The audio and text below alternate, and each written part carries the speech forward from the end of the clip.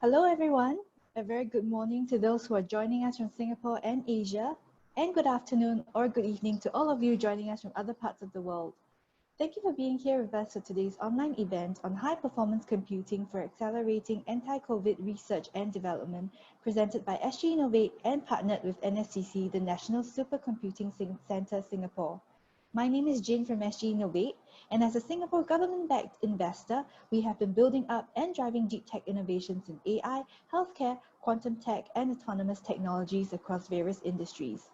The COVID-19 pandemic took the world by surprise and presented a major global healthcare crisis that has altered how we live and work.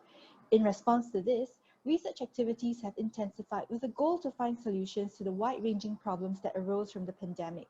Today, we have Dr. Kenneth Ban, Program Director, Health, Biomedical and Life Sciences at NSCC, talk to us about how high-performance computing can help in these endeavors and provide capabilities to users to accelerate their research and development efforts in finding urgent solutions to our COVID-19 crisis. We encourage you to engage with our speaker during the session by submitting your questions in the Q&A box located on the lower panel of your screen. Without further ado, I would like to invite Dr. Kenneth Ban from NSCC to start us off. Dr. Ban, please. Thanks, Gain. Actually, it's a pleasure to see so many of you. I see some familiar names, and I hope to share with you some efforts that we are putting from NSCC to try and provide high-performance computing resources to accelerate anti-COVID research and development. All right, so I'll start by sharing my screen, and I'll get started. All right, so as a way of introduction, I'm Kenneth. I teach in NUS, the medical school, and concurrently, I'm the Program Director for Health Biomedical Sciences at National Supercomputing Centre in Singapore. So today's topic, we'll see how the availability of high-performance computing can actually help any research and development, hopefully to tackle this crisis. For those of you who may be interested in interacting with us through Poll Everywhere, you can go to this website, pollev.com/HPC for COVID. Okay, that's 4 with a letter number 4. All right. So as a means to get started, perhaps I will see if anybody has responded to just tell me a little bit of itself. So it should be activated. It is pollev.com/HPC for COVID. It is not, I don't think it's case sensitive. All right, let me see whether this works. All right, cool. So we have someone from SME. So I try to cover everyone from student. In fact, people who wish to be entrepreneurs should get the entrepreneurial spirit right from school. Great, excellent. I can see some students here. So a lot of academics here also. There seem to be a majority of people. So just give a few more seconds just to break the ice, just to know who am I addressing. All right.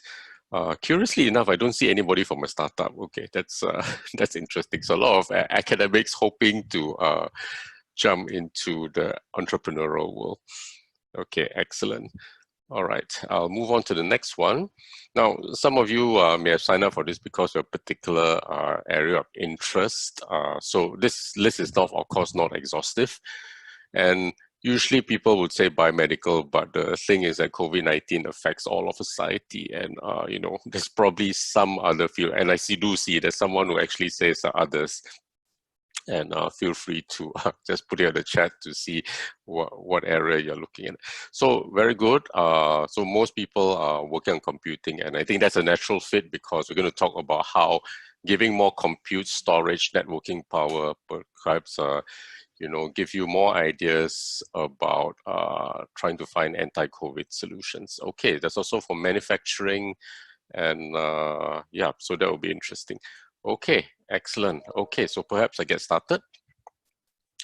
Now, needless to say, actually, maybe I don't need this slide, all right? So the impact of COVID-19 disruptions, in one word, is huge. All right, so for those of you who have not looked at the World Economic Forum, I encourage you to look so. So this one, I won't show the interactive chart, but it shows that the various interconnections that an impact that COVID-19 has on different things, all right? So for example, governance, justice and law, the impact for our workforce, there are many things that impact us. And the World Economic Forum actually has stated that this is one of the most difficult tests faced by humanity in modern history. So there are a lot of consequences for society and how we live and work as well. Okay, so not to belabor the point, but essentially, this is brought about by this very small particle here, all right, COVID-19, and basically infects humans, and then the problem is that it transmits, you shed the virus, and then infects another human. So this cycle actually propagates it and can propagate pretty fast. As a result, people can get sick, all right? But the thing is that because some people fall very ill, some people just are basically asymptomatic. We don't know who is who. So we need to prevent the spread. And I think a lot of the consequences, one of it is direct, where there are a lot of sick people, so you'll overburden the healthcare system, all right? But a lot of that are actually secondary effects because we need to try and reduce the propagation of the virus in the community. All right.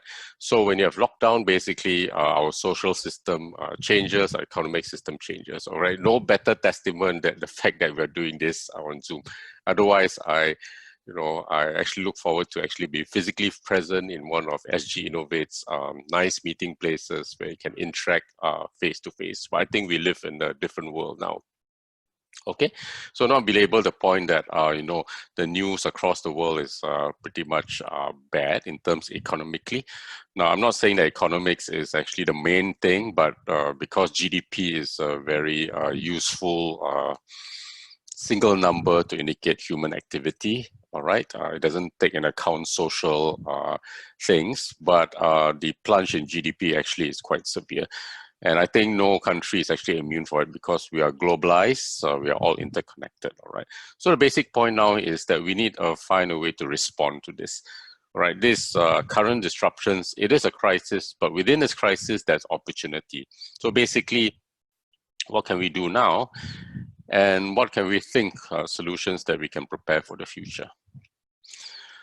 All right, so maybe I was thinking of how to present this, and I tried to make a kind of generic chart just to cover most of the bases because coming from the health biomedical sector, and we tend to be quite narrow in our focus, thinking that, all right, we'll just study the virus, we'll look for drugs and things like that, but actually the solutions are more wide-ranging.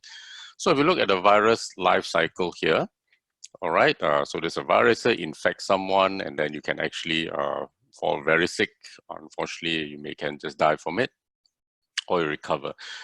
All right, but the problem is that this transmission here actually is pretty contagious. Thankfully, not as contagious as measles, but it's contagious enough to spread quite quickly.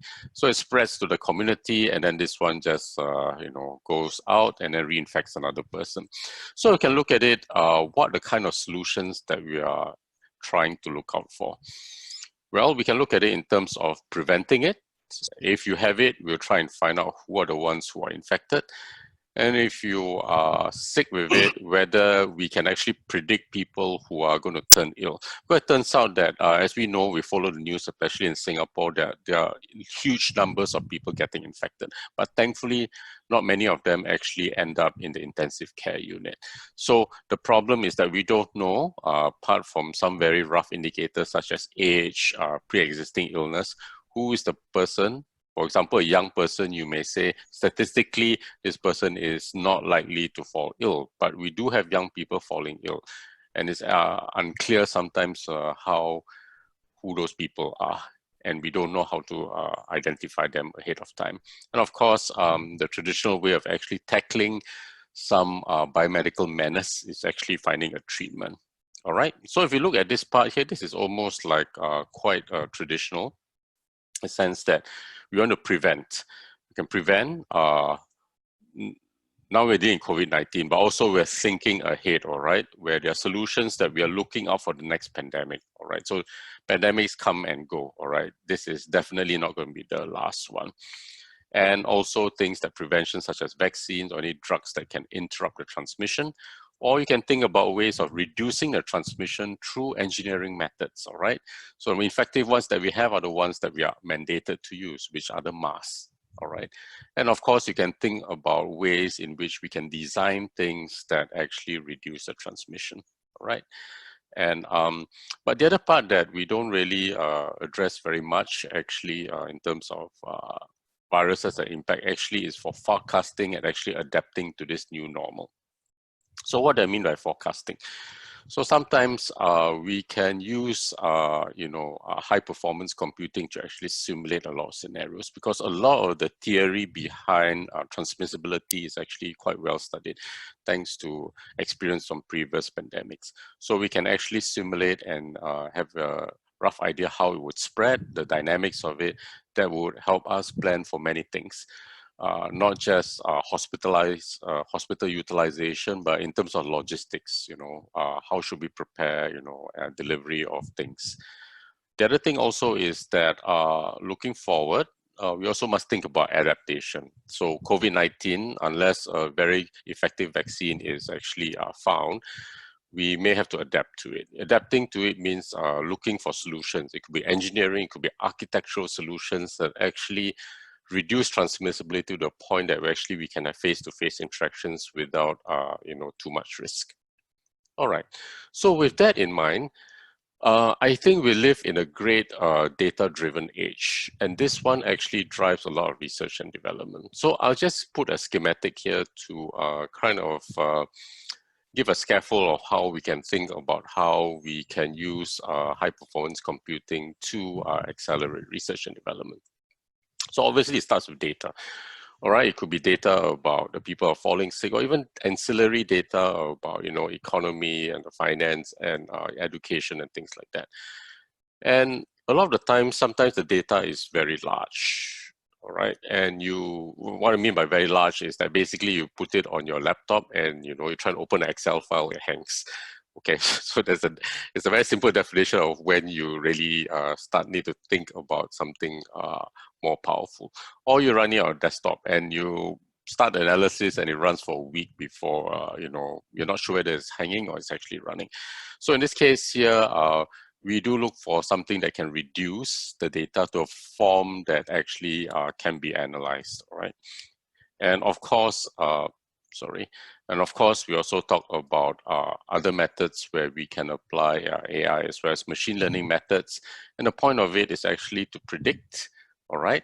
You can predict things that can help in prevention, diagnosis, treatment, forecasting, adaptation. The other thing also is modeling. Modeling is explainability. Having to understand all the different components and how they interact with each other will give us some indication of how we tweak a factor.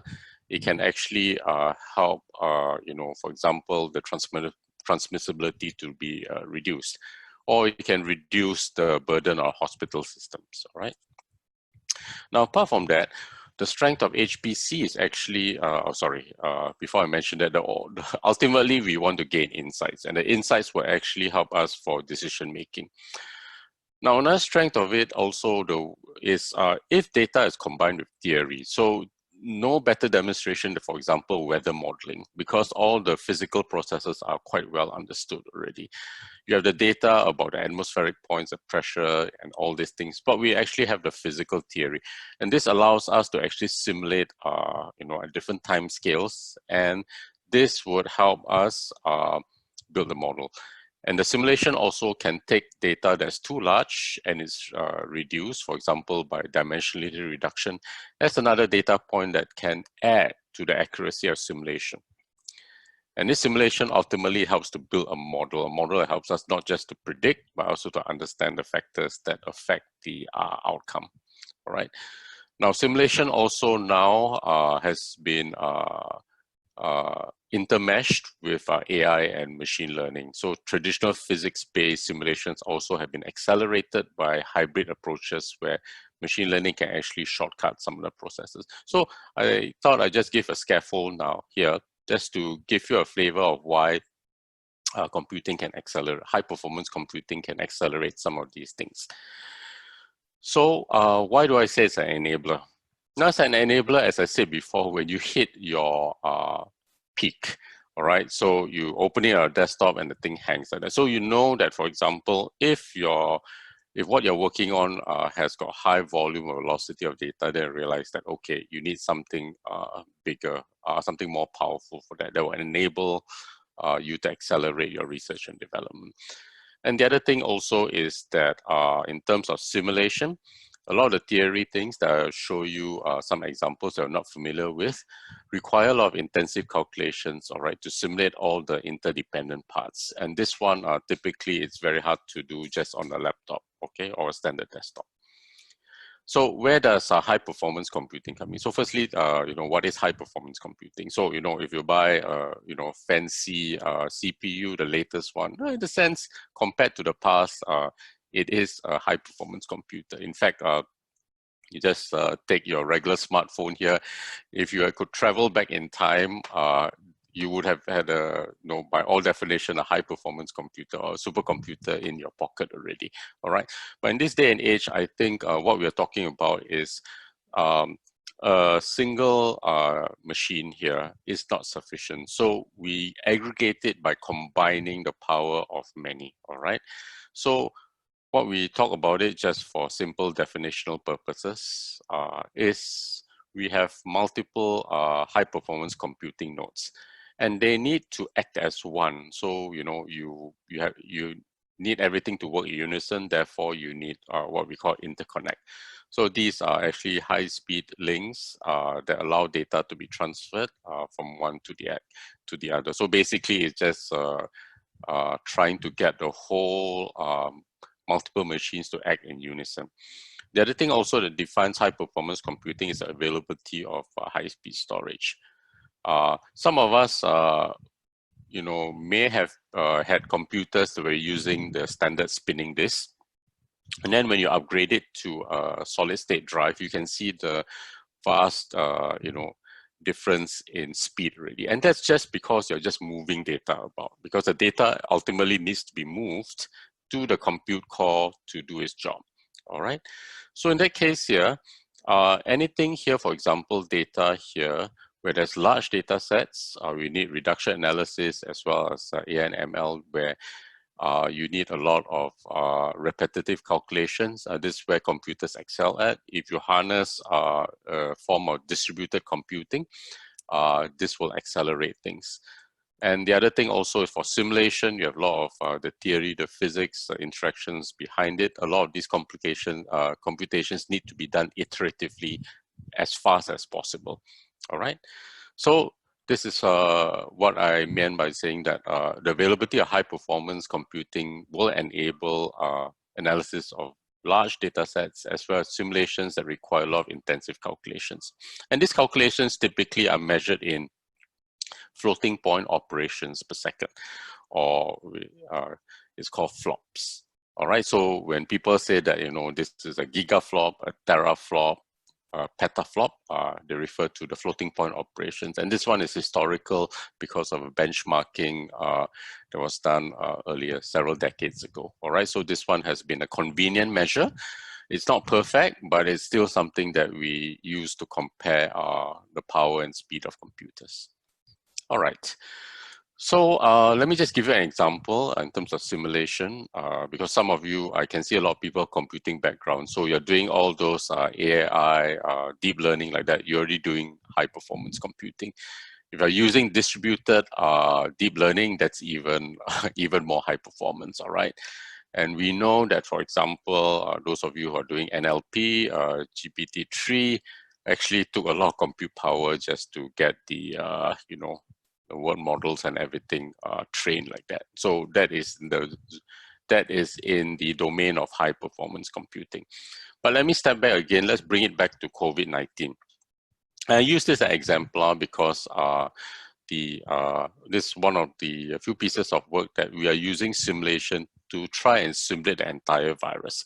So COVID-19, actually, the simulation was just completed a few months ago, but this is a previous work that serves to illustrate how it can be done. So all these components here actually are, for example, proteins, and this is the cell membrane. So these are all composed of different atoms and molecules like this. And typically they're all in discrete parts because the way we study biological systems, just break them apart and study small things. But right now we want to put them together to understand the whole system holistically. So this is an example where influenza was used as a model. It consisted of over 160 million atoms, all right? And then you do a simulation where each atom will have a force interaction with the other. So the computer has to calculate all the different force interactions, given all, you put water inside, you put different things down there to try and mimic the natural environment. So to account for all these forces, you run it through something called a molecular dynamics, okay, because all of these things are moving apart because you apply some heat, there's some thermal kinetic energy to it.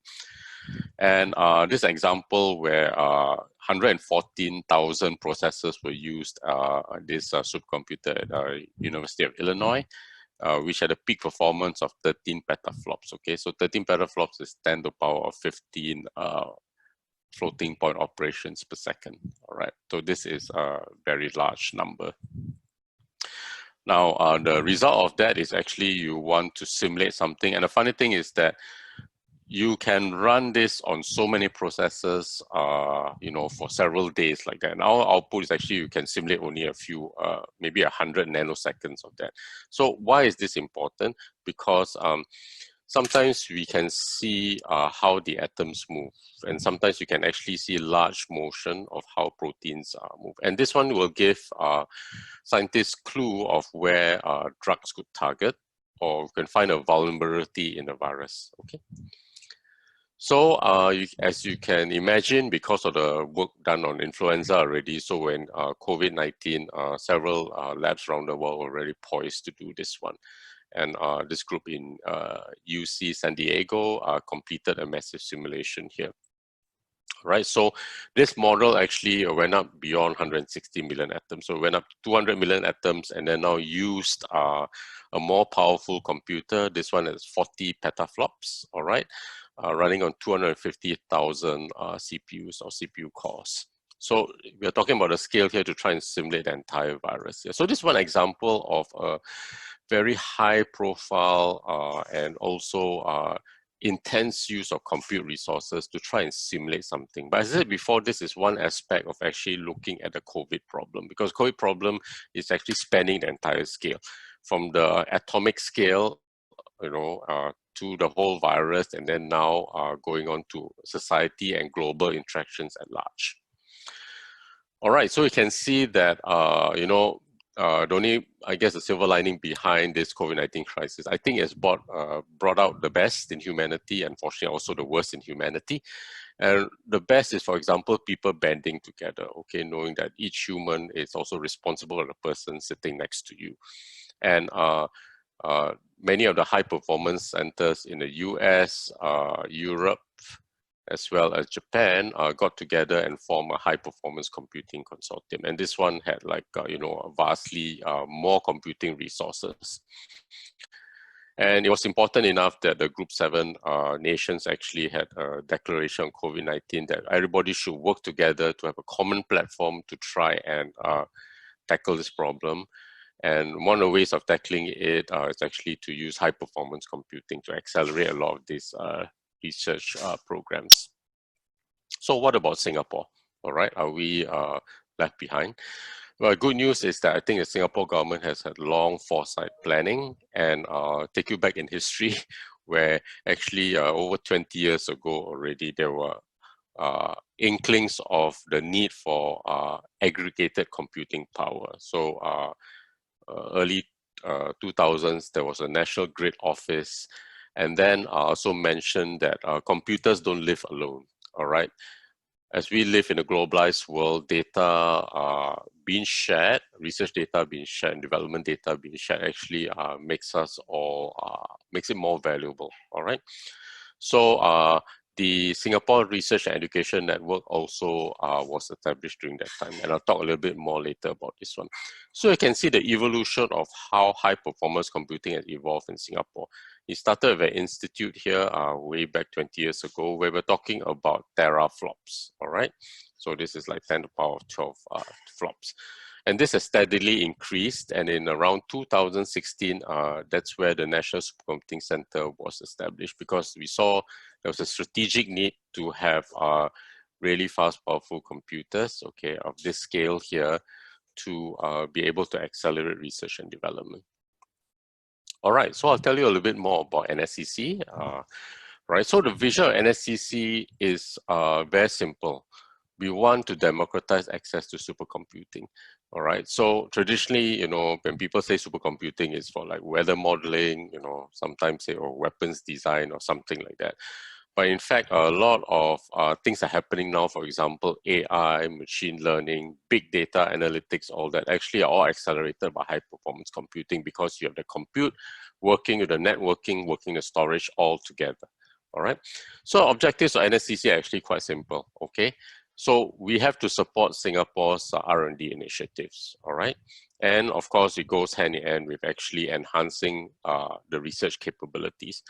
But we're not talking just about academia, because we actually want translation for societal good. And that's where we are happy to come to talk to SGInnovate, because we hope that many will actually bring academic ideas, research ideas to market that will benefit society. And that's where we are looking at attracting industrial research collaborations. All right. So that's, I hope that makes it clear that, you know, I think this is a partnership between, you know, research as well as the translational component. So in terms of strategic goals, NSCC is the national HPC front. So it formulates all these policies, but beyond that, it's not just a think tank, all right? So we built a petascale HPC facility to provide a world-class HPC environment. And it goes hand in hand with actually world-class networking, where integrate high-speed networks, the fastest that we can get in Singapore, within Singapore, as well as globally. Now, what is the point of this one? We will support strategic projects, all right? So this is like big scale projects, which I just give an example of one of them. But we also want to build a vibrant ecosystem, or a vibrant ecosystem reaching out to everybody, okay? SME, startups, education, the whole gamut of things.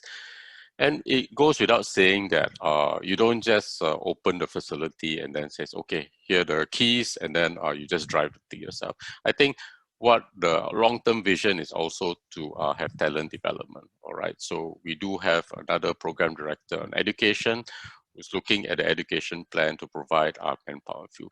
So those of you who are working on computing now, if there's a problem, you want to think, if you are working on a problem, we encourage you to think big, okay?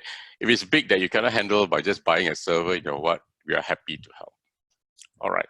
So this is where the NSCC 1.0, we'll talk about 2.0 later, sits, all right? So this, we have the distinction of being one of the supercomputing centers that's, you know, elevated at the 17th story. So unfortunately, COVID-19, you can't visit us here. So this is what it looks like. All the racks of compute units are here.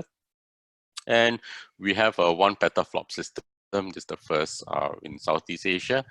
And it's about 30,000 cores. I won't bore you the statistics, all right? And also we host the AI platform where we have about 6 DGX ones. They are also linked to a high-speed storage to do all the deep learning training as well.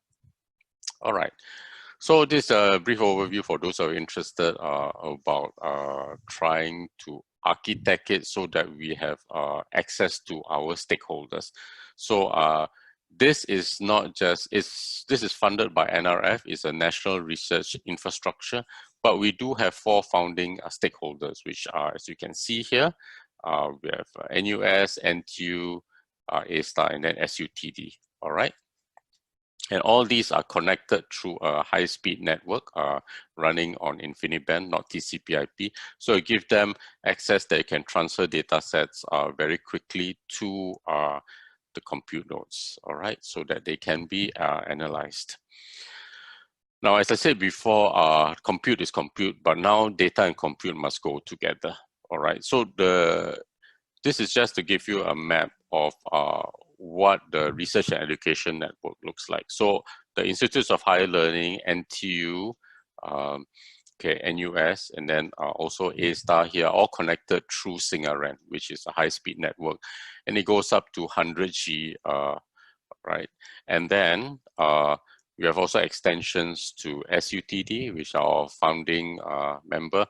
And the plan is actually to plan for future connectivity. So we want to connect to all the hubs here. For example, there's industry.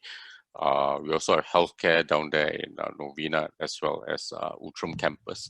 So the dream is to interconnect whole Singapore for research and education. And all of these are enabled by long-haul InfiniBand, all right, which is a different protocol from TCP/IP, which is a high bandwidth and low latency. The fact that we are in Singapore, actually, you know, the round trip is definitely less than 40 milliseconds like that. So this one is something that we can leverage, and so that any data access is as though the computer is sitting next to you, okay? Now, what about global connectivity? So Singapore is positioned very nicely, okay, at the center here. We are kind of the hub that links 100G link to Europe, to Australia, to Japan via Hong Kong, and then straight on to United States. So it's sitting right in the middle. And this is where we have all our partners and all the high performance computing centers that we were able to leverage any data transfers needed for research and development, all right? Okay, so to give a snapshot, this is already outdated already, that we do have, you know, roughly equal usage by our founding members. SUTD is still ramping up, and we do have industrial partners also have signed on with that. So we are actually very well utilized, more than 90% utilized. So, you know, this is part of, I guess, a happy problem, because, well, it's a problem because when you get used to the system, you may have to wait a while to get access and have your job actually analyzed.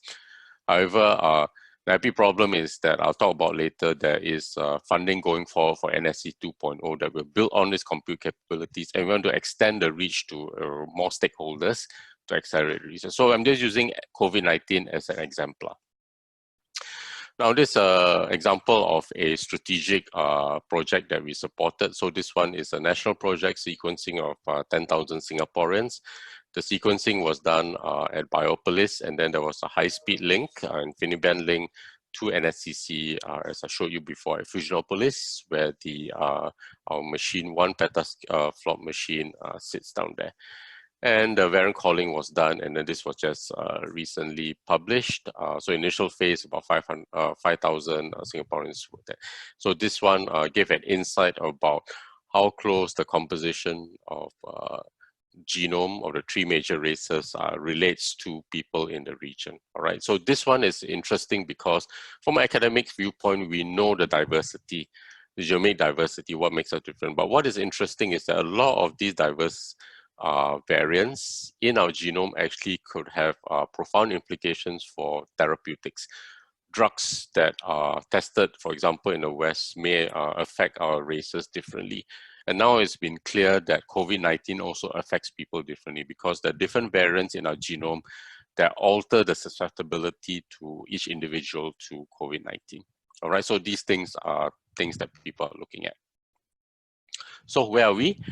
So not to be left behind, we don't have enough compute power to join the huge old consortium, but NSCC has been supporting this by launching a COVID-19 special call for projects, all right, 24th March, and then it will end in September, but we'll review it and see whether we want to extend this call. And that's why we're speaking to you, so that anybody has got any ideas you want to think about, you know, can approach us. So it's open to stakeholders and also non-stakeholders, because this is a point here that we want, you know, everybody united to actually try and overcome this crisis.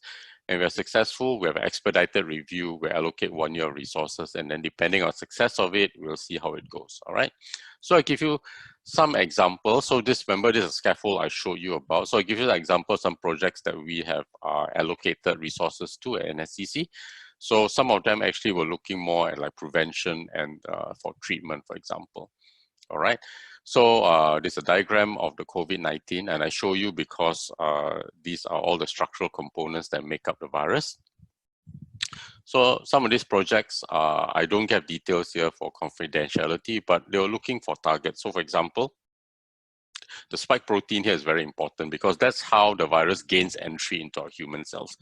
So you can use the molecular dynamic simulations to have a look how this protein actually moves. That will give you some clue about whether there could be another drug that could interfere with it, or get some insight about how this thing attaches. That will give you a new clue of how we can interrupt the process. Now, doing this molecular dynamic simulation actually is very compute intensive, and in recent times, AI has been used, or machine learning methods have been used to accelerate the process. So rather than calculating all those individual forces, if you can train a network to actually recognize that in a certain pattern, they actually protein will move and fold a certain way, we can actually shortcut the process of that. So there are actually groups looking at AI-assisted structure prediction for the point that we want to understand how the thing attaches to the human cell. All right, and with that insight, develop treatments. The other thing also is that high performance computing is used quite traditionally for drug screening. So we have all the drug compounds and actually have the computer search very quickly, all right, for multiple compounds to see whether they can bind that. So the hope is that actually if you can find something that sticks onto that, it will interfere with its entry. Or you can find something, for example, proteins called enzymes, okay, that catalyze certain reactions. You can actually look for drugs to try and inhibit it. So these are some of the projects that are being hosted at NSCC, all right.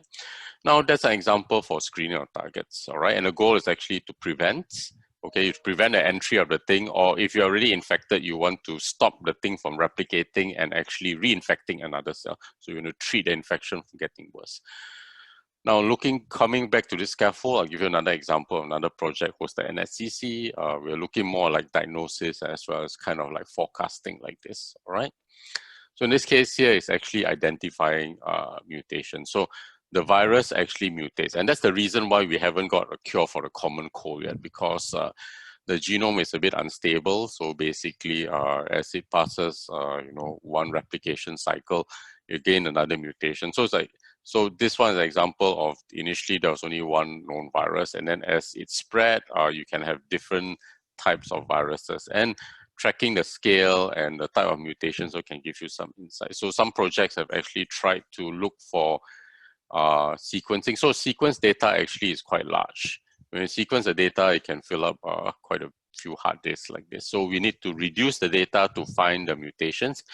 And in this case here, this group here was looking at mutations because they wanted to develop an assay to detect certain variants of COVID-19. And of course, the other one is actually more like forecasting, where you have large-scale comparison of sequences. So you get all the sequences in the world, including those in Singapore, do large-scale comparison. So for those who are in computing, it's almost like a string alignment, string search algorithm.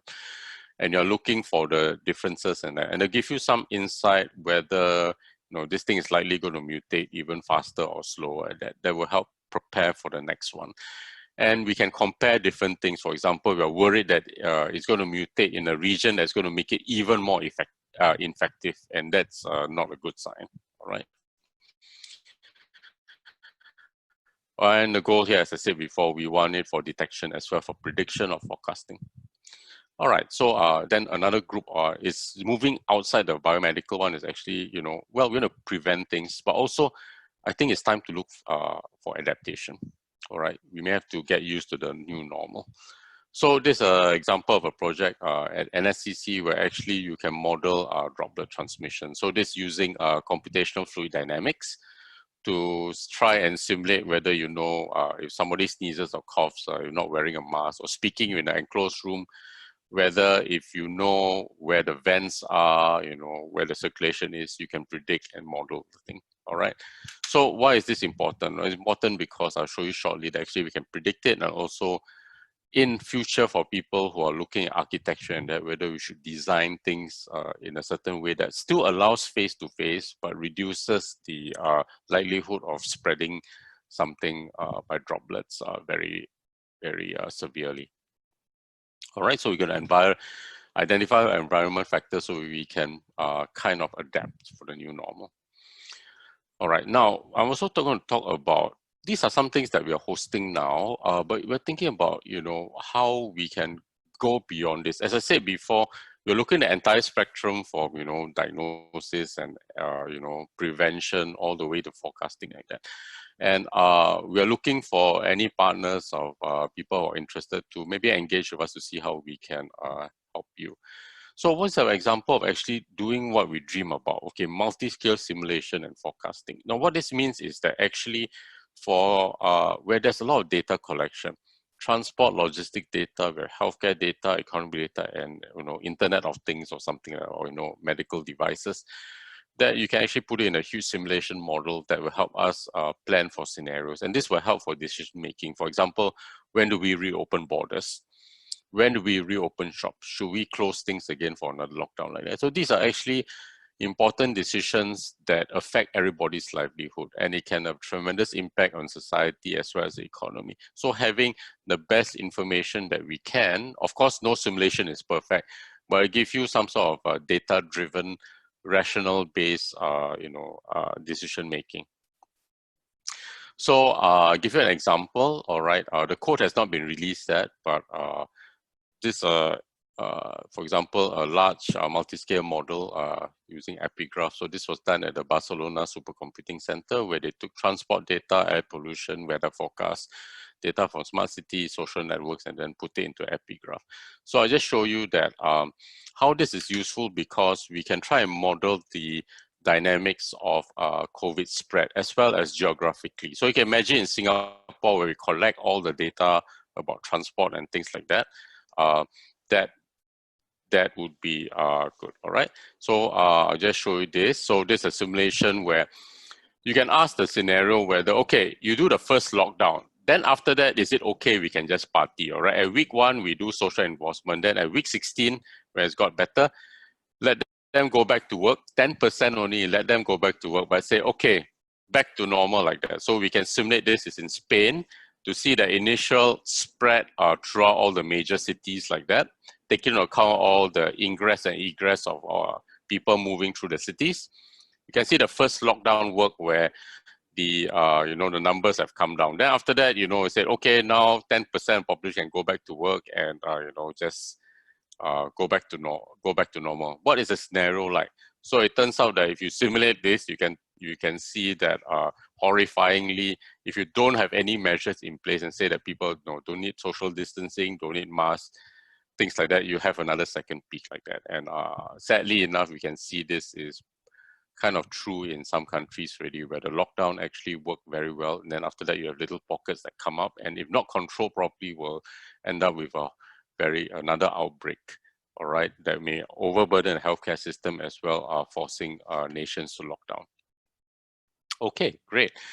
So the other thing we're also thinking about is that traditionally in HPC, for example, NSCC, it's mainly very user-driven. User-driven means we help you install the software and things like that. We're also looking for partners where we can offer software simulation. So for example, a company here has got computational fluid dynamics software, accelerator of HPC, that will allow you to simulate things that are maybe of interest for building management, urban planning, for example. So for example, here's a simulation of a classroom where there's one student who's coughing, all right, and then there's a heater outlet here, exhaust vent here. Okay, this is not in Singapore, there's a heater element here, all right, we're not in a temperate climate.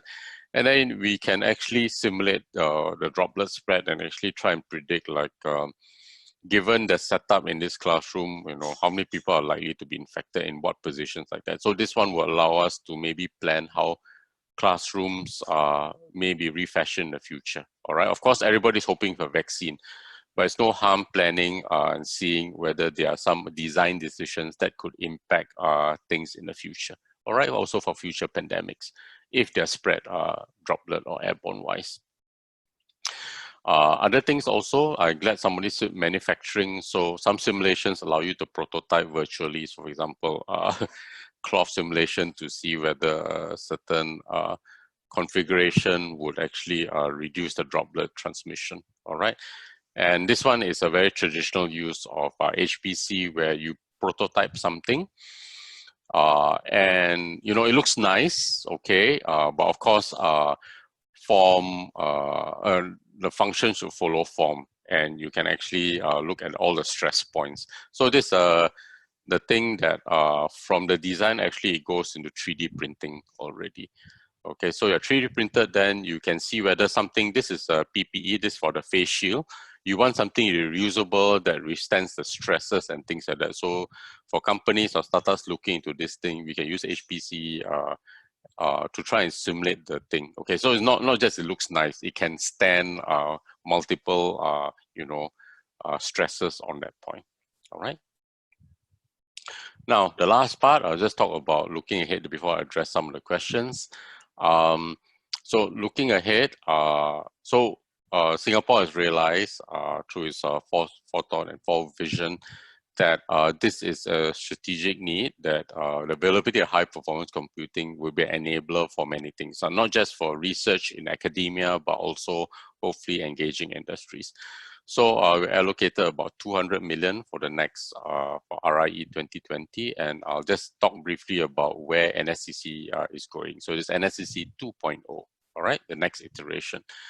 So looking forward, next few years, some systems have been planned, all right? So for example, planning, so a lot of the things were actually delayed because of COVID-19, but hopefully we don't have a second outbreak. So a climate modeling system, about 2 petaflop, hopefully will be done. So this one will include CFD modeling that may be used full for urban planning also. Then we also have an AI system, about 7 to 10 petaflops, as well as a high throughput system, which is which we hope to get a cloud front end. So this for flexible computing environments, all right, of a smaller scale, all right, this for interactive computing. Of course, the main system will be aiming for about 5 to 10 petaflops, and this is general purpose workloads that currently NSCC 1.0 is modeled on. So this will be still our workhorse thing.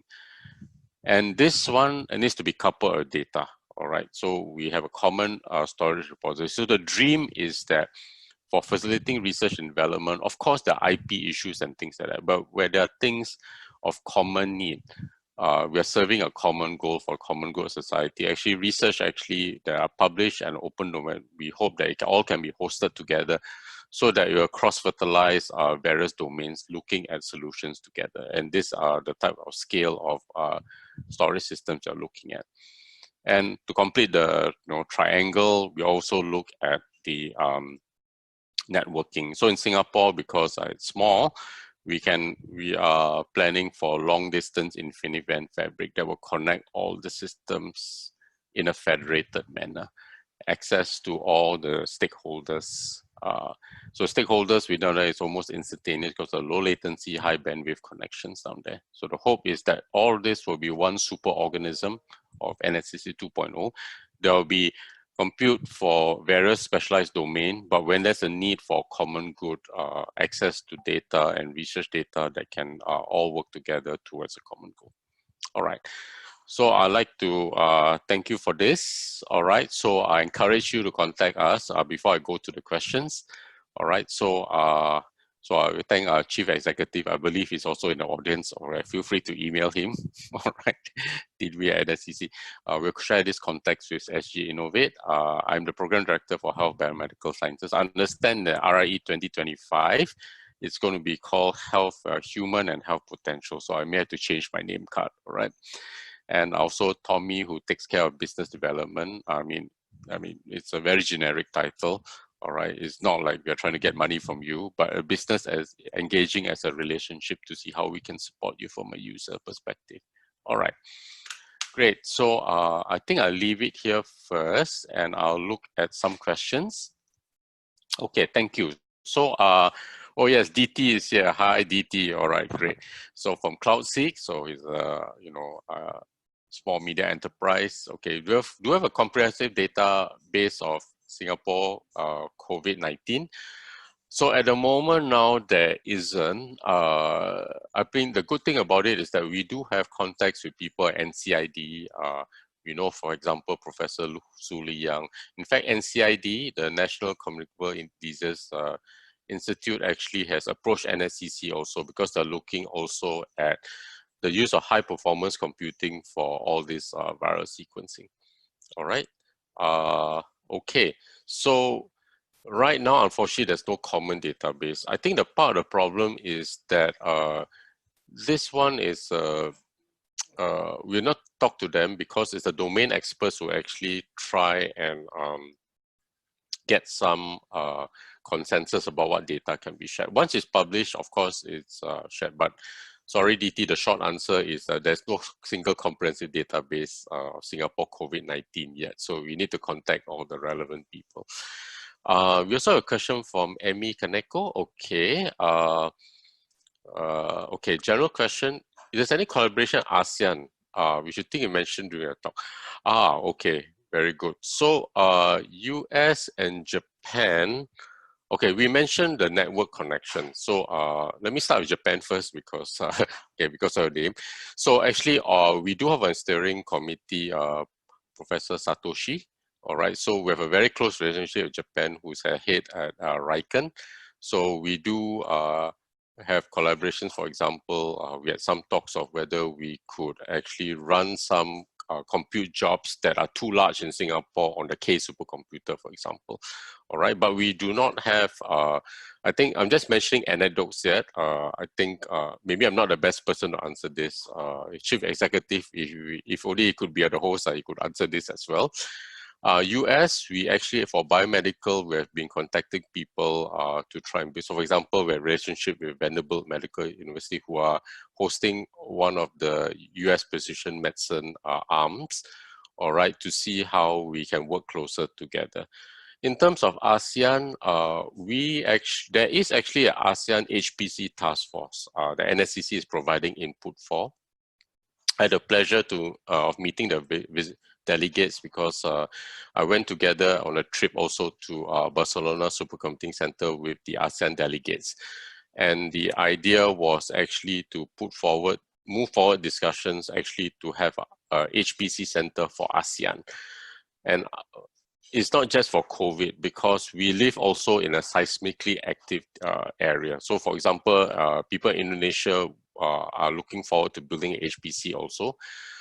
So that we can simulate all those, earthquake simulations that can help, help them better predict if there's any disasters going to happen. So yes, perfect. Japan ASEAN collaboration.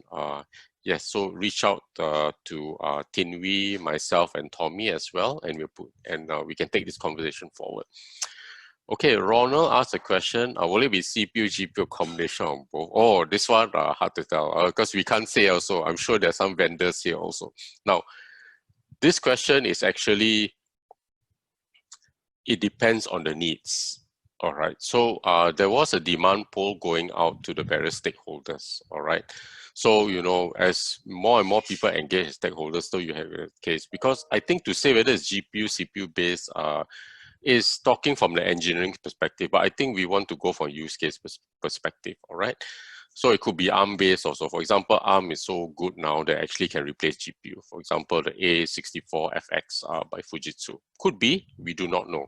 So we usually have conversations with vendors that if that's possible, we actually test some of the systems first to see whether it is of need that serves the research and development needs of our users. Okay. Short answer is that I will be a mix of everything. All right, whatever suits the best use case. Anand has a question. Life Science Park is planned at Bangalore. Wow. Of course, there are opportunities for collaboration. And in fact, DT saying CloudSeek actually has an office in India also. And we talk a lot about collaborations between India and Singapore. All right, so please reach out to us to see whether the opportunities for collaboration. Let me see, is there any other one? Let me see. Okay, oh, sorry, I click on this one here also in case. I think we're using the poll, sorry. We'll just use the, not to confuse everybody. I forgot that I put this slide here for anybody who uses poll everywhere. But you can use the QA session. So I leave it to Gin to guide us what's next. Sure. Thank you, Dr. Ban, for the great sharing, and thank you to everyone for your ongoing questions. It is always heartening to see so much enthusiasm at our online sessions, but real conversations often happen after. So we do hope that all of you can keep connected, and Dr. Ban has shared his email address as well, so please feel free to keep connecting with him. The recording of this session will also be uploaded on SGInnovate's YouTube channel, so do head there for a review of today's event and till our next online event. And thank you, Dr. Ban, once again, and bye, everyone. Okay, bye. We'll stay in touch. Yes, thank you. Bye-bye.